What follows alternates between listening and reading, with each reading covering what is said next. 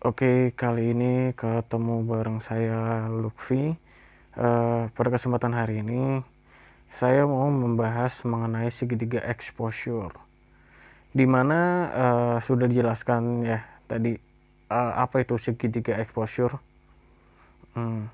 Kalian bisa baca aja di grup WA, di grup materi. Dalam dunia fotografi, untuk menghasilkan sebuah gambar, kita itu perlu tahu konsep yang namanya segitiga exposure, dimana jika diibaratkan nih, kita mau ngebangun rumah. Nah, segitiga exposure itu ibarat pondasinya. Nah, dalam dunia fotografi, uh, segitiga exposure menjadi pondasi di mana kita akan belajar mengenai pengaturan cahaya yang akan masuk ke sensor kamera. Oke, dan saya akan menjelaskan secara mendasar ya mengenai segitiga exposure, tentang gimana penggunaannya, terus koneksi dari masing-masing elemennya. Sebenarnya segitiga exposure ini bisa dibilang gampang-gampang susah ya. Dimana basicnya mungkin gampang, tapi ada next level dimana kadang kita membutuhkan pemahaman teori yang lebih mendalam tentang pengaturannya untuk menghasilkan sebuah foto yang bagus gitu, yang lebih bagus. Ya, seperti yang udah dijelaskan di grup WA, di mana segitiga exposure terdiri dari 3 elemen penting, yaitu aperture, shutter speed, dan ISO. Di mana ketiga elemen ini fungsinya mengatur masuknya cahaya ke dalam sensor kamera untuk melakukan perekaman gambar. Oke, nggak perlu lama-lama ya. Langsung aja saya akan jelaskan perlahan sambil memberikan contoh nih sama teman-teman. Pertama, kita akan membahas aperture atau bukaan diafragma. Oke, pengertiannya udah dikasih juga tadi, apa itu aperture. Aperture ditandai dengan kode huruf F ya biasanya. Kalau teman-teman beli lensa nih misalnya, biasanya tuh ada keterangan di lensanya tuh ada f1,8 atau f1,4 ya, atau f berapa lah, yang menandakan kemampuan bukaan diafragma pada lensa tersebut. Terus fungsi dan pengaruh dari aperture itu apa sih? Jadi fungsi dan pengaruhnya dari aperture itu ini, selain berpengaruh pada banyak sedikitnya cahaya, intensitas cahaya yang masuk ke dalam kamera, juga mempengaruhi lebar sempitnya fokus terhadap objek gitu, atau sering disebut deep of field ya, kalau dalam dunia fotografi itu deep of field, kedalaman bidang. Dan cara membaca aperture itu seperti ini.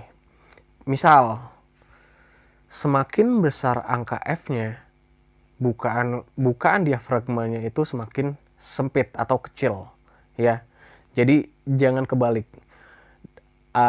Kalau angka F-nya itu besar, 12, 16, 18, atau 22, berarti bukaan lensanya itu, bukaan diafragmanya itu sempit. Pengaruhnya apa? Pengaruhnya itu cahaya yang masuk ke dalam kamera itu jadi sedikit. Dan fokus ke objeknya itu semakin luas, atau deep of field-nya itu semakin lebar gitu. Jadi seakan-akan objeknya itu detail semua, kelihatan detail semua, nggak ada kayak pemisah gitu. Nah, terus kebalikannya, kalau F-nya angkanya kecil, di angka 1,4, 1,7, 1,8, atau 2,0, itu berarti bukaan diafragmanya itu besar. Dan pengaruhnya cahaya yang masuk itu semakin banyak, tapi fokus fokus objeknya itu atau deep of field-nya itu akan semakin sempit gitu loh. Jadi seakan-akan objek dan backgroundnya itu terpisah gitu loh. Misal saya foto orang nih, kayak ngefoto apa pot bunga gitu, satu pot bunga tuh belakangnya kelihatan ngeblur banget, tapi bunganya terlihat fokus banget. Nah, itu karena pengaruh aperture yang besar. Jadi gimana? Kalau masih belum paham, saya kasih contohnya nih. Oke, untuk kasus yang pertama misal nih seperti ini. Misal di sini saya mau pakai bukaan diafragma yang besar atau F-nya kecil. Oke. Seperti yang bisa dilihat di sini saya pakai f1,8 ya. f1,8. Dan shutter speednya itu berapa? 1/60 dan ISO-nya itu 100, dan itu ISO yang udah paling rendah yang nggak bisa saya turunin lagi nih. Oke. Oke, sekarang kita coba lihat ke displaynya. Oke, ternyata masih terlihat overexposure ya. Seperti yang teman-teman lihat tadi, di situ saya pakai ISO udah yang paling rendah. Itu yang nggak bisa saya turunin lagi. Terus kaitannya apa? Berarti kaitannya dengan shutter speed. Sekarang kita coba naikin shutter speednya jadi 250. Dan oke, hasilnya fotonya udah nggak overexposure lagi ya. Bisa dilihat. Oke, dan hasilnya foto jadi terlihat bokeh ya. Objek dan backgroundnya itu seperti terpisah gitu.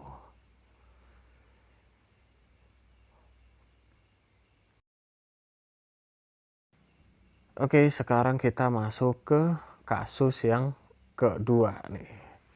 Di sini kita mau coba dengan aperture bukaan yang sempit, bukan kecil, atau F-nya besar. Oke. Seperti yang teman-teman bisa lihat, di sini saya setting aperture tuh F-nya di angka 18, shutter speed di angka 1/500, dan ISO saya naikkan jadi 200. Oke. Sekarang kita coba lihat ke displaynya, tampilan displaynya. Oke. Nah, terlihat gelap banget ya, cahayanya minim banget. Terus apa yang bisa kita atur seperti tadi kaitannya dengan shutter speed. Jadi kita atur shutter speednya, kita turunkan shutter speednya. Saran minimal di 1/60 atau 1/80. Di sini saya pakai 1/60. Dan saya bantu ISO-nya yang tadinya 100, saya naikkan jadi 200. Oke, pakai 200 saja karena apa, untuk menjaga detail fotonya ya, biar nggak noise. Oke, maka hasilnya bakalan kayak gini nih.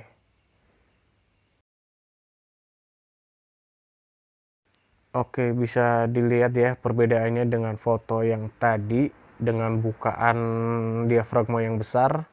Foto terlihat apa, backgroundnya itu terlihat bokeh, sedangkan di apa, bukaan diafragma yang kecil, foto terlihat lebih detail semuanya.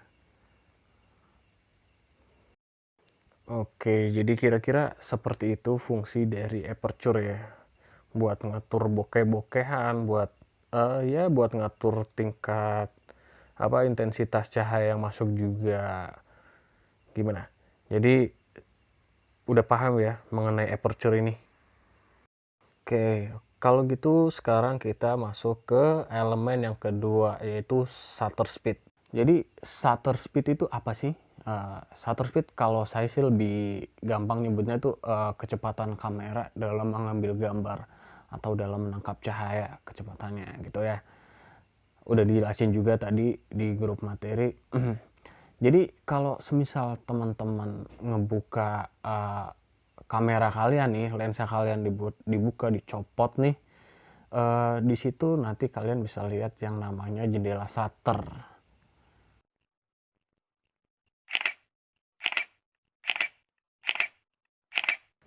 Nah, yang ngebuka tutup itu tadi yang namanya shutter ya, jendela shutter. Kalau dalam kamera itu disebutnya jendela shutter. Jadi dalam shutter speed itu hitungannya itu dalam satuan detik ya. 1/25, 1/50 sampai 1/1000 gitu misalnya. Eh, jadi semakin cepat eh, apa shutternya itu semakin cepat, maka cahaya yang masuk ke dalam kamera itu akan semakin sedikit karena buka tutup jendelanya itu cepet ya. Sedangkan kalau shutternya rendah satu per berapa itu yang shutternya rendah, maka cahaya yang masuk itu akan semakin banyak karena kemampuan menutup jendela shutternya itu lambat, maka cahaya yang masuk itu semakin banyak gitu.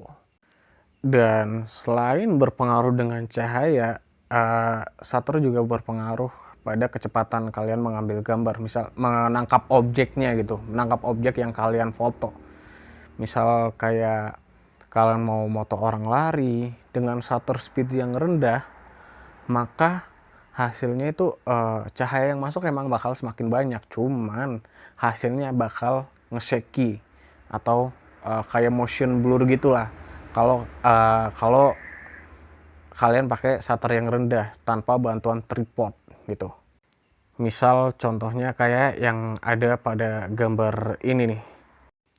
Bisa teman-teman lihat di sini saya memakai settingan shutter 1/6, aperture f20 dan ISO 100. Bisa dilihat hasilnya tuh kelihatan ngeblur ya objeknya, nge-shaky atau motion blur.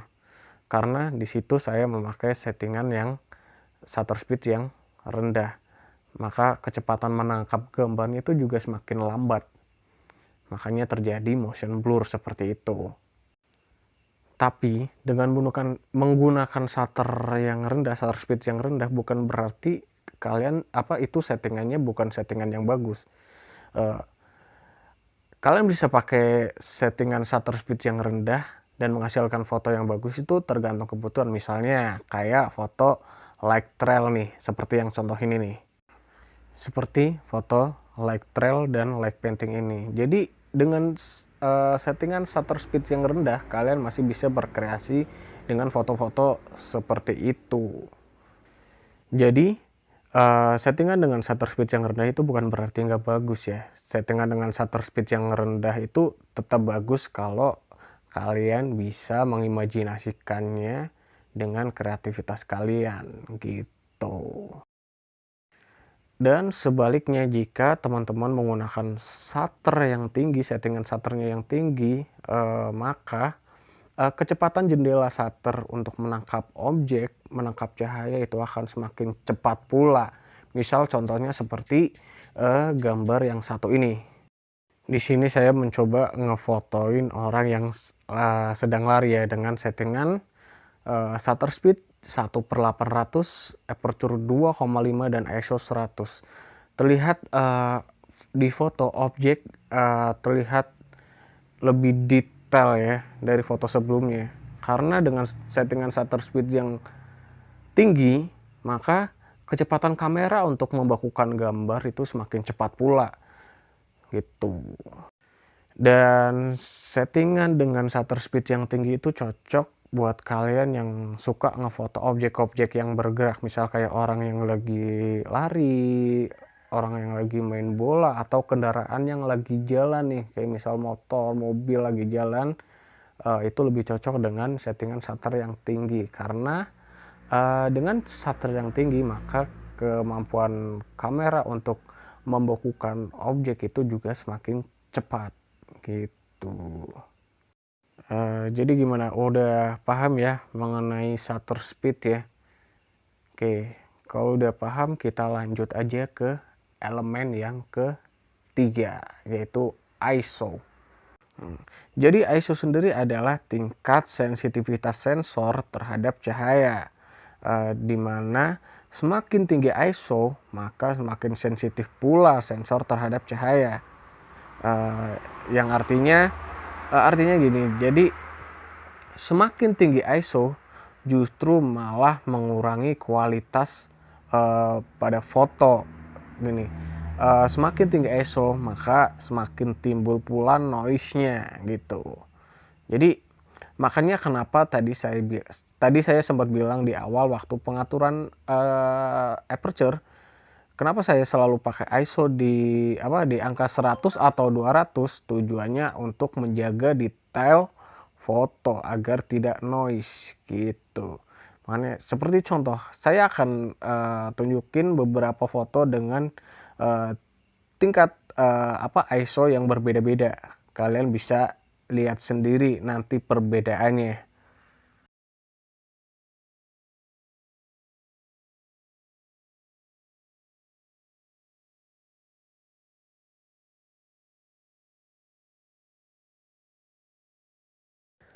Dan oke, teman-teman bisa lihat sendiri perbandingan contoh-contoh foto yang saya kirim, dimana semakin tinggi ISO-nya foto akan semakin cerah, namun noise-nya akan semakin timbul gitu. Makanya sempat saya bilang tadi, gunakan ISO seminim mungkin untuk menjaga detail foto gitu. Kalaupun memang harus naik ISO-nya, usahakan jangan lebih dari 800, angka 800, karena kalau udah di angka 1200 atau 1600 itu noise-nya udah mulai kerasa gitu. Makanya saran saya ISO selalu disetting di akhir gitu.